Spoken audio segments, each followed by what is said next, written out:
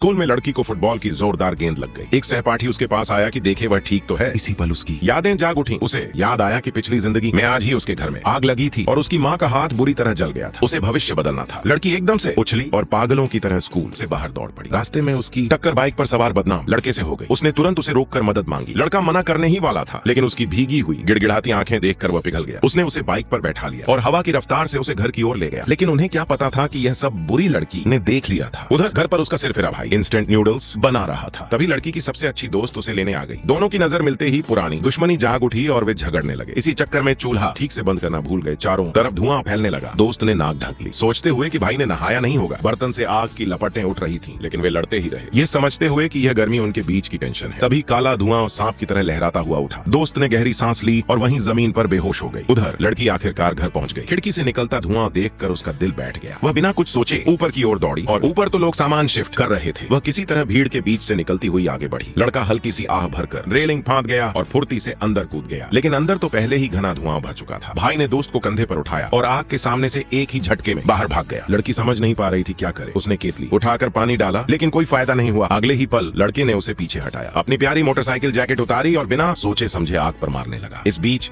भाई दोस्त को सुरक्षित जगह ले आया। उसे अब भी बेहोश देखकर उसने हिम्मत जुटाई और मुंह से मुंह सांस देने को आगे बढ़ा। लेकिन जैसे ही उसके बदबूदार सांसों का एहसास हुआ, दोस्त की आंख खुल गई और उसने उसे जोरदार घूंसा मार दिया। भाई पीछे की ओर धड़ाम से गिर पड़ा। नमक छिड़कते हुए और अपना आगे का दांत दिखाते हुए उसने ऐलान कर दिया कि वह घर छोड़कर जा रहा है। इधर लड़के को आग बुझाने वाला यंत्र मिल गया। उसने लड़की से पीछे हटने को कहा और बिखरी हुई रसोई में पूरी सटीकता से आग बुझा दी। लड़की थककर जमीन पर बैठ गई। वह कामयाब हो गई थी। उसने अपने हाथों से अपनी माँ के जलने वाली त्रासदी को फिर से लिख दिया था। एहसान चुकाने के लिए लड़की लड़के के पीछे गई और उसे खाने पर बुलाना चाहा, लेकिन लड़का बस मुस्कुराया और सिर्फ एक चीज मांगी कि वह अपने चेहरे से राख साफ कर ले।